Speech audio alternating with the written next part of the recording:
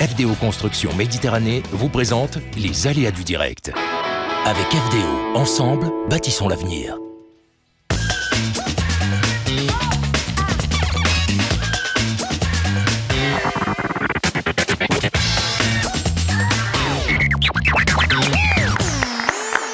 Bonsoir, ravi de vous retrouver, c'est parti pour les ADD, aléas du direct, votre émission de proximité en ce mardi, en ce mercredi pour les rediffs. Le programme ce soir, on ira dans la petite Venise du Languedoc avec Yves Montranchant, qui est le directeur de la scène nationale de Sète et du bassin de Thau, pour nous parler de la programmation. Il n'y a pas que du théâtre, justement, à Sète, il y a pas mal de choses. Il y aura notamment Pierre Richard, et c'est un bel événement, et c'est ce week-end, et on en parlera dans un instant. Nous allons voir également Le Passager, qui est un court-métrage de 11 minutes 40, tourné au printemps 2013, derrière sa caméra. Pour lui, c'est une première en tant que réalisateur, alors qu'il bosse d'habitude dans le ciné, c'est Sébastien. Bonsoir Sébastien. Bonsoir. Réalisateur tout neuf.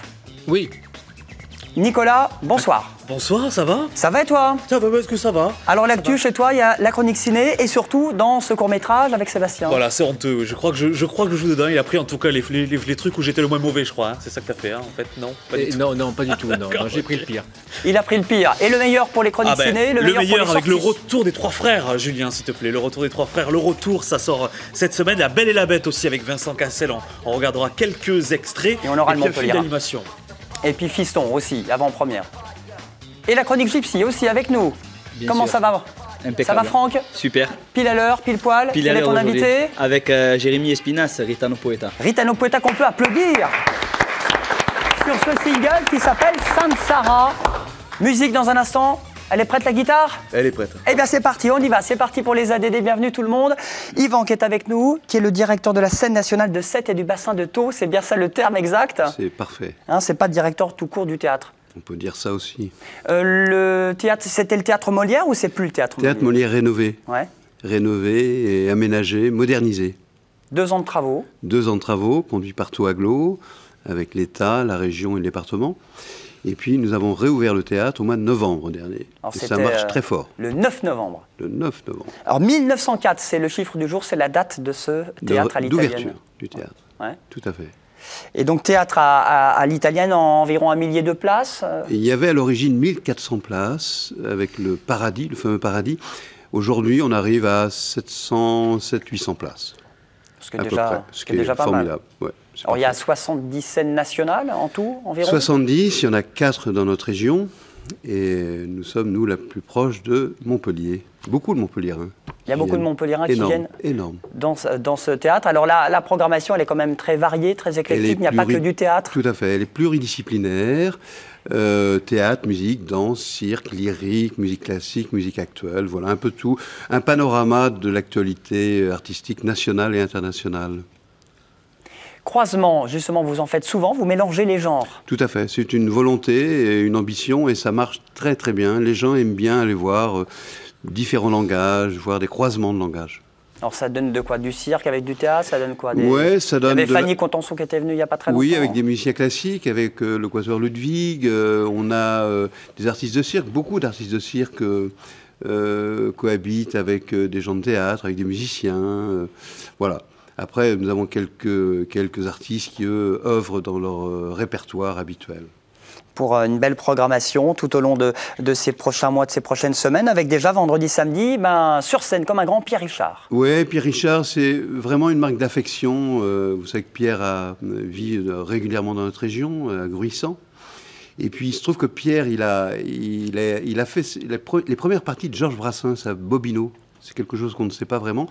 Il a démarré ses cours d'art dramatique avec Jean Vilar également. Tout un symbole de venir à Sète. Oui, important. Et puis ça reste un monument du cinéma français et un monument des artistes français. Alors, il reste de la place, c'est vendredi, samedi, c'est Pierre Richard. Un trio de musique peut-être, Yvan? Musique classique, ce sera mardi prochain? Le trio Vanderer, un des plus grands trios au monde qui viendra dans nos murs. Également un petit mot sur une compagnie chilienne que nous accueillons régulièrement. C'est une production de la maison que nous allons présenter au mois de mai prochain au Rond-Point, chez Jean-Michel Rive. C'est la compagnie Théâtro Cinéma qui vient présenter une pièce adaptée du roman de Régis Geoffrey, Histoire d'amour. Histoire d'amour, c'est une première en France. C'est une première en France. Comment elle s'appelle cette compagnie, ce spectacle? Théâtre au cinéma. D'accord. Et c'est une compagnie qui travaille entre la bande dessinée, le théâtre, la musique, et c'est formidable. Il faut aller voir, d'autant plus que vous êtes programmateur au théâtre A7, mais vous êtes aussi producteur délégué, c'est un petit peu l'actu chez vous. Oui, j'accueille, je rencontre des artistes, bien sûr, en Europe et parfois en Amérique. Et puis, on conçoit toute la chaîne de fabrication d'un spectacle, de la production, donc des répétitions qui démarrent, jusqu'à ses tournées nationales ou internationales. C'est le cas des Chiliens que j'accompagne depuis près de 20 ans. Donc là, Yvon, c'est avec toute votre équipe du théâtre de trouver les dates. On cherche les dates. Ouais. J'ai un bureau de production formidable qui travaille au montage des tournées en France et à l'étranger. Il y a une belle offre culturelle à Montpellier. Comment est-ce que vous arrivez à exister? Est-ce que vous voulez surprendre? Est-ce que vous voulez faire quelque chose de différent? On va être meilleur. Oui, c'est ça. Non, je blague. Non, on essaye d'être très complémentaires. Ouais. D'abord, nous sommes la seule scène nationale de ce département, à proximité de Montpellier. Et c'est vrai que notre façon de travailler, c'est-à-dire cette forme pluridisciplinaire qui permet à des gens de venir voir qui du théâtre, qui de la danse, qui de la musique, qui des arts croisés, fait que, comme on ne trouve pas ça sur Montpellier, ou très rarement, où il y a de très gros outils de production, ça permet à des gens pas très loin de chez eux, on est à 20 minutes par voie rapide, de venir au théâtre, de grignoter, de regarder un spectacle, d'aller au resto après éventuellement.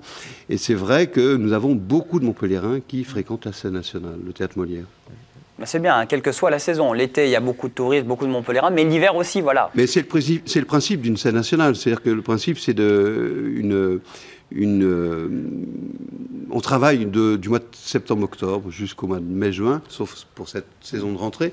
Et ça permet aux gens, chaque semaine, de venir 1, 2, 3 fois voir qui du théâtre, qui de la danse, qui de la musique. Entre la scène nationale, le théâtre de poche et puis le théâtre de la mer, évidemment. L'été. A7, l'été. Le site internet, les prix, comment ça se passe? Oui, nous avons un site, je ne le connais plus comme ça. Merci Yvon. C'est sur Google. Ouais, voilà, on rattrape. Vous allez Google. voir, vous allez voir. En tout cas, vous avez la brochure. Voilà, il se rattrape. Ne l'oubliez pas. Merci Yvon Tranchant, qu'on peut applaudir. Merci beaucoup pour la programmation du théâtre A7, scène nationale unique dans l'Hérault. On continue avec la chronique ciné, les sorties dans les salles du 34 pour demain.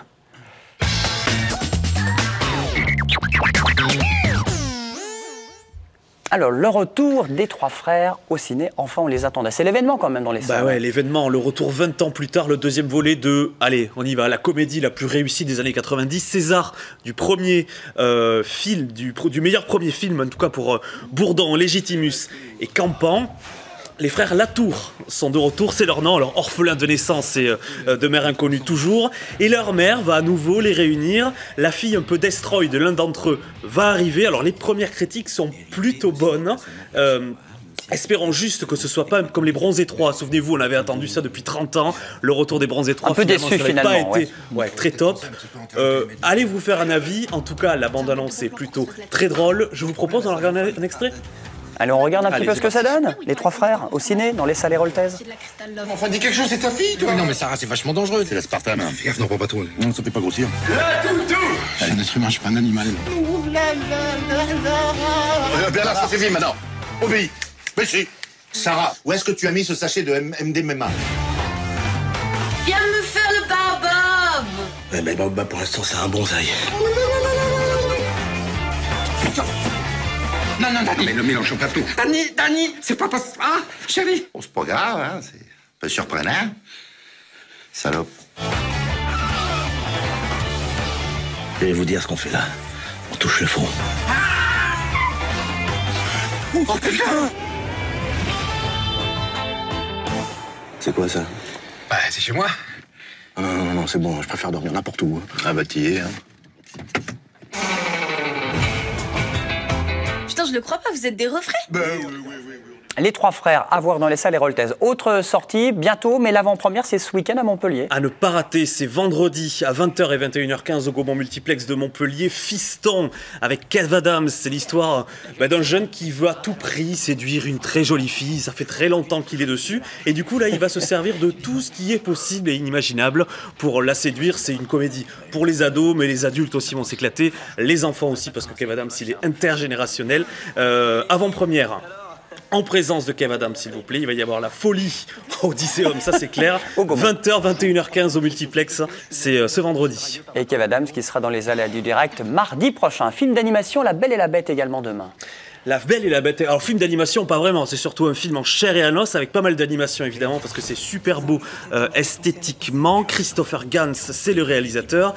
Il réunit Vincent Cassel et Léa Seydoux qu'on voit partout en ce moment. Énorme réussite esthétique, ça tout le monde le dit.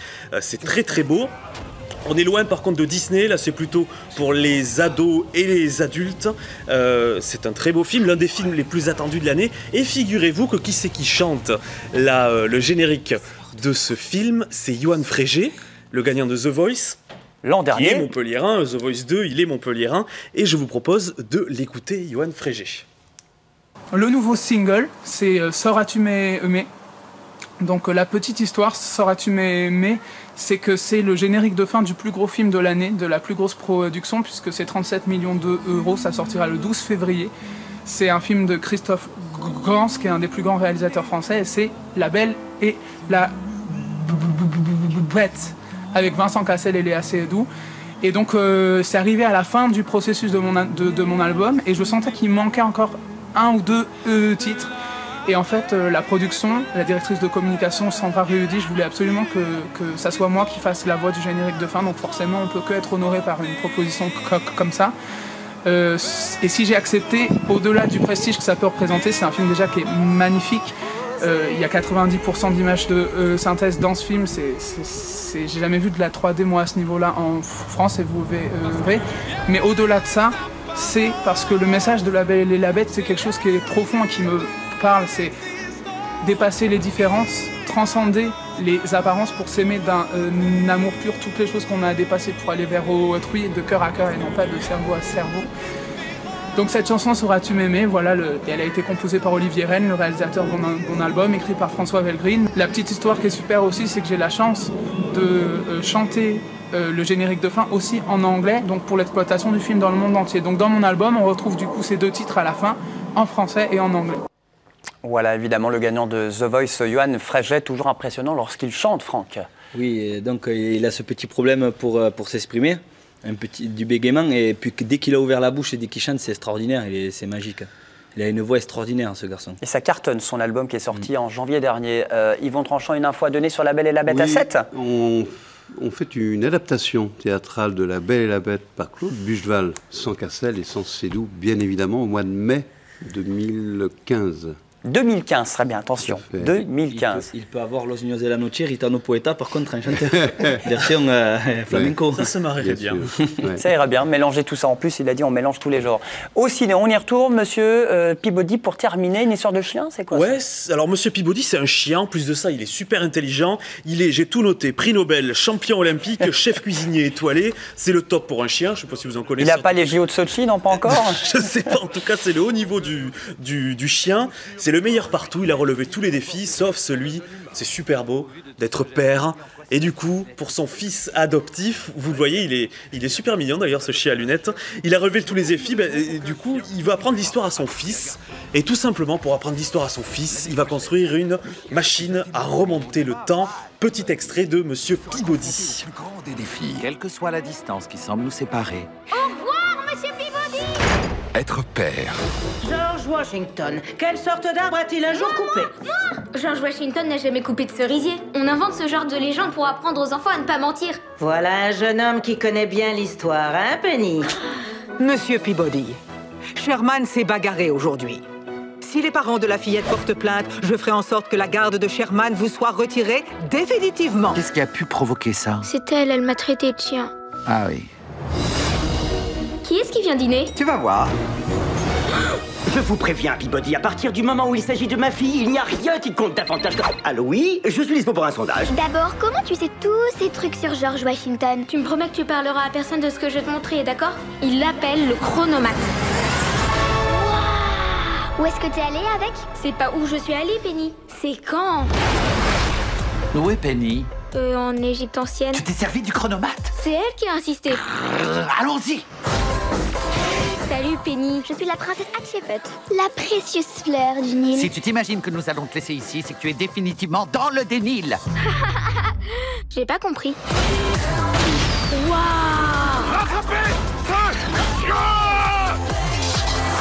Attention, Sherman, le sol est piégé.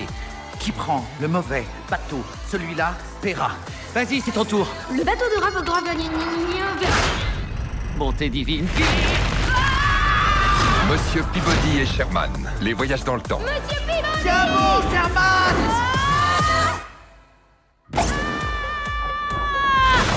Eh bien, Sherman, c'est ce qu'on appelle filer comme un paix sur une toile cirée.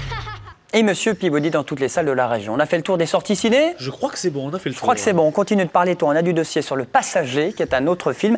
Alors, c'est un court-métrage, celui-là, de moins de 12 minutes, tourné au printemps 2013. Le montage est terminé, Sébastien? Le montage est terminé, l'étalonnage, le mixage, tout est terminé. Il a déjà été projeté 2 ou 3 fois et il commence actuellement sa vie de film. Voilà. Et pour vous, c'est une première, en tant que réalisateur, Sébastien, parce que vous êtes connu un petit peu dans le monde du ciné, du moins vous le connaissez beaucoup, entre Ligne de vie, Omar m'a tué, L'Avocat, Antigone 34, bien connu ici à Montpellier, tous des films régionaux. Vous étiez chargé de repérer un peu les lieux géographiques pour les tournages. Oui, voilà, je suis repéreur dans le cinéma et l'audiovisuel, donc mon boulot, c'est de trouver les décors pour les tournages. Donc je vois beaucoup de choses, je visite beaucoup de choses, et du coup, ça me donne toujours un tas d'idées. Alors c'est vrai que des fois, c'est des idées qui sont destinées à des réalisateurs qui, autres que moi, mais du coup, j'en ai attrapé une au passage, et c'est pour ça que j'ai réalisé le Passager, donc sur un décor que j'avais repéré pour un film. Tout à l'heure, j'ai au téléphone, il était au zoo du Lunaret en train de repérer. Voilà. Hein, je cherchais les ours pour faire une scène de... Où sont les ours? Une scène de crime, une scène de meurtre... dans la fosse aux ours, voilà. Donc, très bien. Renoir. Oui, pour Candice Renoir. Ah bah, les figurants vont se régaler dans la fosse aux ours. Bon, il s'est régalé, Nicolas. Je précise simplement, parce que le hasard fait bien les choses, c'est donc là, on finit la saison 2 de Candice Renoir et on va attaquer la saison 3 prochainement. Et on va venir tourner au Théâtre Molière, qui est un très beau décor que j'avais repéré le théâtre, la version ancienne, non restaurée, qui était très jolie. La version restaurée est magnifique, ça vaut le coup, à mon avis, rien que pour les lieux, d'aller faire un tour au Théâtre Molière. Voilà. Le tournage formidable. Tournage formidable. Il y a beaucoup de rapports avec le théâtre de Sète. Vous avez bien fait de venir, Yvon. Beaucoup d'actu. Vous n'avez pas tourné dans Le Passager, à tout hasard? Pas encore. Mais dans le retour du Passager, il y a un rôle qui est écrit. À 7. On le formulera. Oui, voilà. Ouais. Et là, c'est l'affaire de Nicolas qui fait les chroniques ciné. Puis il se trouve qu'effectivement, moi, je ne savais pas que Nico a des talents cachés. Où tu joues un handicapé déprimé. Dans ce long métrage, comment vous êtes connu? Comment vous êtes rencontrés? On s'est connus au théâtre. Par le théâtre. Au théâtre de Sète? Non, pourquoi pas au théâtre de Sète? Non, c'était à Montpellier. Ouais.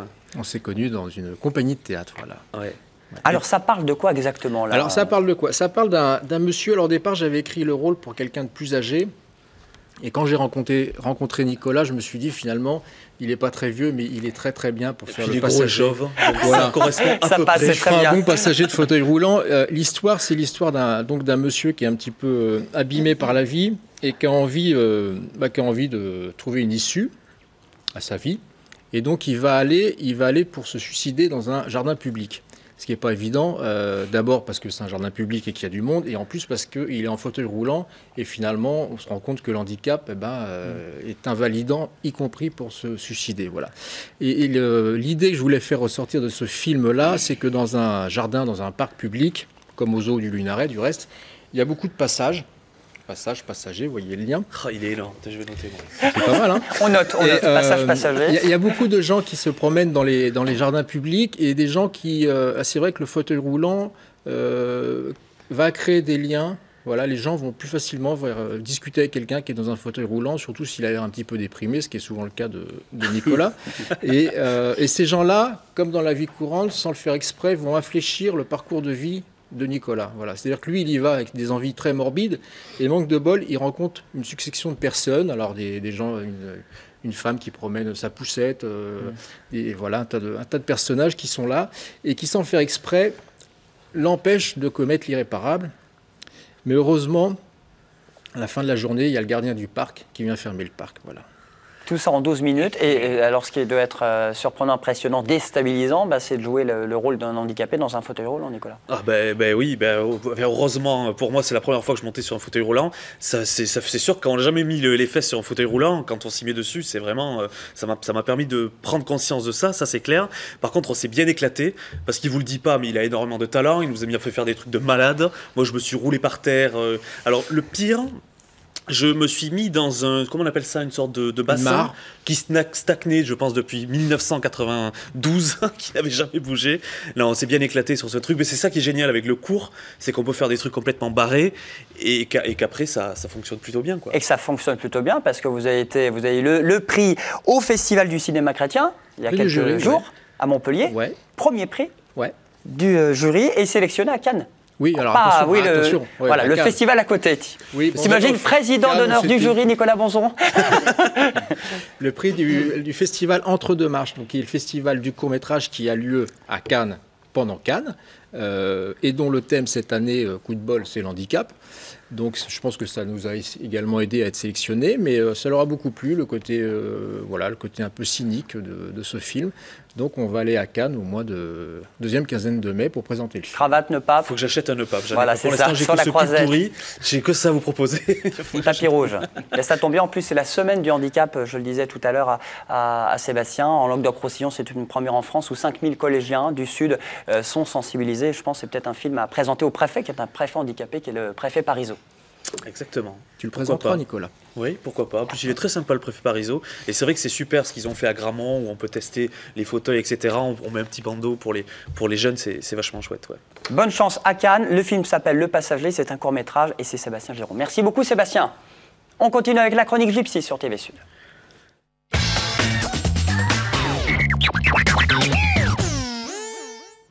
Alors mon Franck, quelques dates à nous donner, des concerts, des infos? Donc voilà, quelques dates à donner pour déjà la Saint-Valentin qui va être le 14 février à Jacou. Ne l'oubliez pas, c'est vendredi. C'est vendredi, voilà. Avec bien sûr Los Niños de la Noche qui sont à Jacou.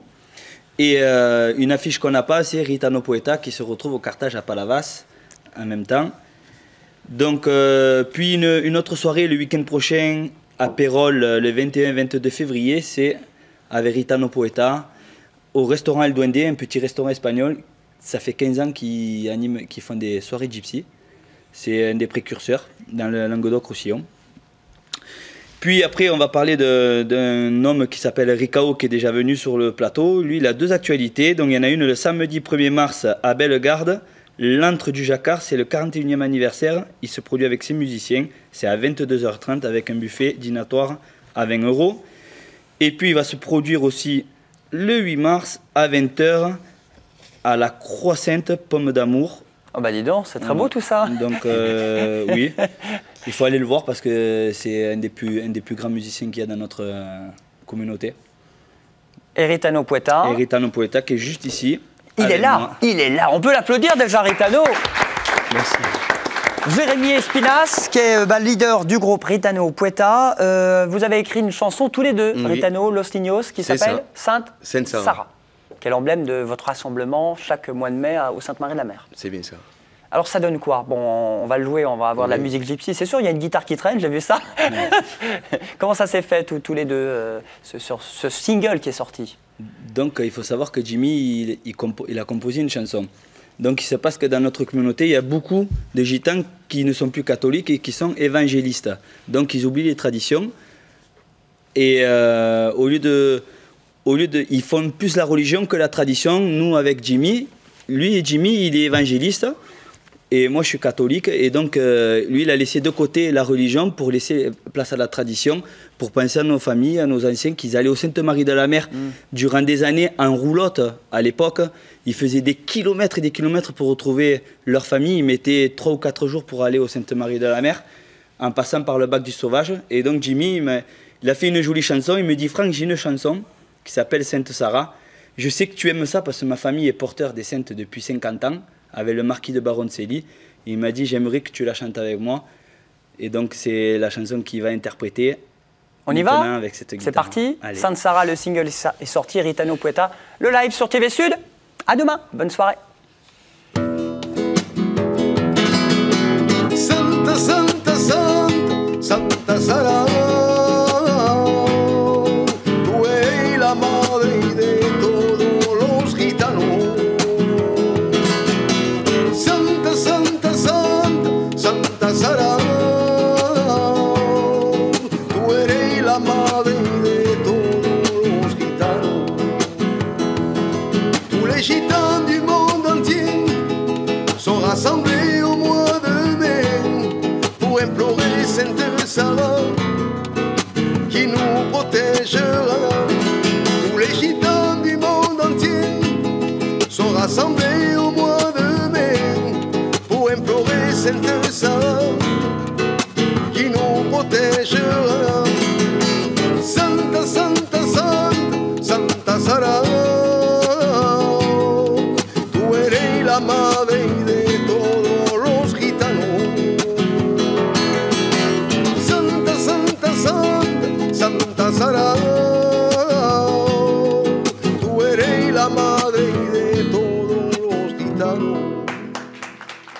FDO Construction Méditerranée vous a présenté les aléas du direct. Avec FDO, ensemble, bâtissons l'avenir.